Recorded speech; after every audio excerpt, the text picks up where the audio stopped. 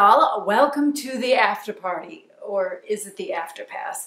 Not quite sure, but all I know is that I'm excited to be here hanging out with you after the AOE conference, sharing with you some of my favorite techniques to do with Gelli Arts jelly plates. I have a set of these that I use with my students and they absolutely love them. And the best part about Gelli Arts jelly printing plates is that there are no rules. There's a lot of techniques and methods that I share with my students, but really the possibilities of what you can print, the cool things that you can capture are endless. So today I thought I would walk you through some of my favorite techniques that I use with my students in my art room when I'm using my jelly plates. I like to use tempera paint, acrylic paint. Printing ink works great, but it can get a little bit pricey. So I like to keep it on the cheap using whatever paints I have on hand. And if you don't have things like brayers, I'm going to show you a really fun alternative to using brayers with your jelly plates. And then what do you do with all these awesome prints when you're done? Well, I have my students actually, for the most part, not sign their prints. We just spend a couple of art classes making, and compiling all of these amazing prints, and then we share them for collage projects. There's a ton of possibilities for collage projects when it comes to using your prints. You could do things like landscapes, fun portraits, robots, you name it, it can be made into a collage with your really cool prints. But I'm going to have to surprise you and share with you what I make with mine. But before we do that, let's get started on all of my favorite techniques for using Gelli Arts jelly printing plates in my art room. You don't have to have printing ink in order to print. You can print with paint, any old paint. Here I'm using acrylic and just rolling it on to the surface of the jelly plate. I'm using a brayer, and Gelli Arts included these really cool texture combs, which are a lot of fun. Make sure you look closely at that comb. It has 3 different sets of teeth on it. Now my first print I pulled, you couldn't see the lines very well. Because acrylic paint is a little bit more damp and wet, give it a second pull and you'll be able to see the designs. My students absolutely love working with those texture combs. Don't forget that you can also overlap the jelly plate prints, meaning once you've printed it once, if it doesn't turn out, have your students reprint right on top of it. You'll be surprised at all of the different outcomes that each student will have. Of course, you can use printing ink. It's thicker, it's going to give you a different result, but it is more expensive than the paint you have on hand. Here I'm using a washable printing ink, which you can see it pulls a beautiful print. You can also do something fun called a rainbow roll, which you put 2 different colors of ink side by side, making sure to only roll the brayer in one direction. Otherwise, you're going to end up with orange. Like I was saying, don't forget to overlap those prints and check out different kinds of cool results. I'm a hoarder of many things, and one of them is bubble wrap. Good thing, because printing with bubble wrap is a lot of fun. Once you've covered your printing plate, go ahead and place your bubble wrap, bubbly side down, onto the surface, and then peel it off.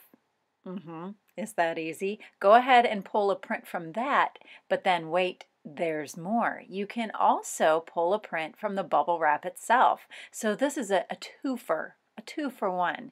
And the great thing about it is it lends itself to a lot of great textures for projects. You can also do a 2-tone or a rainbow roll with acrylic or tempera paint. My suggestion would be to use colors that are analogous. That way, when they do blend together right through the middle, they'll create a beautiful color together.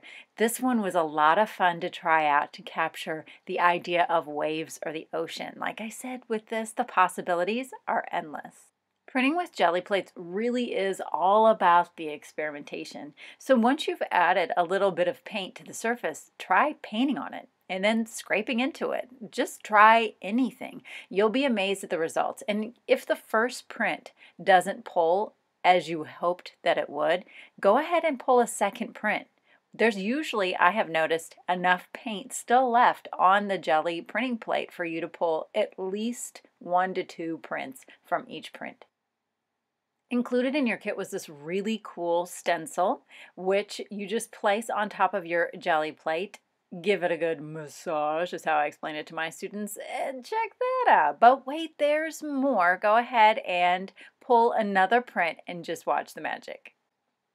Another form of stencil printing would be just to create your own stencils. You could make organic shapes by tearing the paper, geometric shapes by cutting them out, or even use stickers that have certain shapes. Go ahead and cover your surface and then just lay your shapes on the surface of whatever you're printing. Now, I will tell you this. I thought I was going to be all smart and do a monogram letter. Well, guess who forgot about flipping the letters? So, of course, you could cut out the shape of a letter. Just make sure when you put it on the surface, you do it backwards. You guys probably knew that already, but you know me, it took me a little while to figure that one out. So again, possibilities are endless when it comes to trying out different kinds of stencils. Can you tell I was going for a little bit of a sunset vibe? Exactly. I've got beach on the brain. Ooh la la. My personal favorite was printing with lace and doilies. Just go ahead and cover the surface, place the doily over it, put a piece of paper on top just to smash the doily flat, not to pull the print. Then go ahead and pull the print. Do not do this with Grandma's Priceless Heirlooms, but check it out. My favorite thing to do is go to the dollar store and look for things that my students can print and paint with. How about a hair roller? Just roll it through and pull the print. How about a scrubber? This one's a personal favorite, especially if you give it a little bit of a twist. It really makes a cool texture and does not damage the surface of the jelly plate. Remember, pull twice, you never know what you might get. No brayer, y'all? No problem. Go back to the dollar store and get you some stuff to put the paint on the surface with, like one of those scrubbers. My personal favorites are anything that were supposed to be meant for cleaning, but who does that? I don't have time to do that when I can do all this fun printing. Go ahead and use that as your tool to apply the paint to the surface and check out all the different textures that you can capture that way. My favorite one is this guy. I think it's meant for dusting, but it really creates a beautiful impressionistic print, especially if you just gently tap the paint onto the surface without blending it too much. Wait, I'll show you. It's pretty amazing. So what do you do with all those beautifully printed papers? Well, I'm going to show you a project that I did with my first grade students, which was a sushi collage project when we were learning about Japan. So after a couple of days of printing, and more printing, we allowed our prints to dry and then we compiled them into a box in the middle of every table. When my students are printing, for me, it's more about the learning experience. It's not about the finished result. So when they're finished with their prints, we don't write our names on them. We compile them all together, make a big communal print box for the kids to go and grab different pieces of paper from. Those boxes can be found in the middle of their table, and from there they use those to create their sushi. Now I'm just eyeballing my circles, but for my students, I use a lot of templates for things like this, or stencils for them to trace around. So to create the sushi, we start with our seaweed that goes around, and then next up is the rice. This is a great project because it can really introduce kids to a different culture, healthy eating, and a different style of food, as well as just the art of collage. So here we are in this part of the project talking about the different types of sushi. There are several great books you can read to kids also that explain what sushi is, and videos that you can share to actually show how sushi is made. Of course, my personal favorite is sashimi, so adding that was a lot of fun too. Oh, another thing we included after this project was we made sushi using Rice Krispie treats and fruit roll-ups. Yep, you guessed it. That was a ton of fun.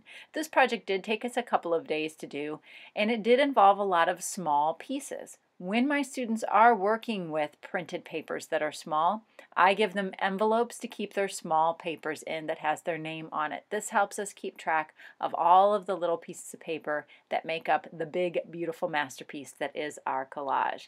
So when that was finished, don't forget about your little soy sauce dish, which then you can talk about symmetry since it's a folded piece of paper in half. Oh, by the way, you might have noticed that I'm using glue that is not from a glue bottle. I just have it sitting in a little container. I find this is a lot easier for my students to use glue so they're not using so much. Another thing I might add is that if you are doing this kind of project, a collage project, with printed papers that you've covered with ink, just an FYI, the ink will become damp all over again. So that's why I actually prefer to use paint like acrylic or tempera paint for the jelly prints. Because when you're doing collage, all of a sudden you've got a real sticky mess if your students have used printing ink. So here you go, a really fun collage project, but really the possibilities are endless. Think landscapes, still life, anything that your students can dream of, you can create with your printed plates. Thanks for joining me while I was creating and having fun with the prints today. This project was one I actually did with my first grade students when we were learning about Japan. But the possibilities of what you can do with your prints are endless. Not to mention that you don't necessarily have to do anything with those prints. They're beautiful as they are. All right, guys, have a great time creating. Remember, there are no rules, and that's the very best part. Talk to you later.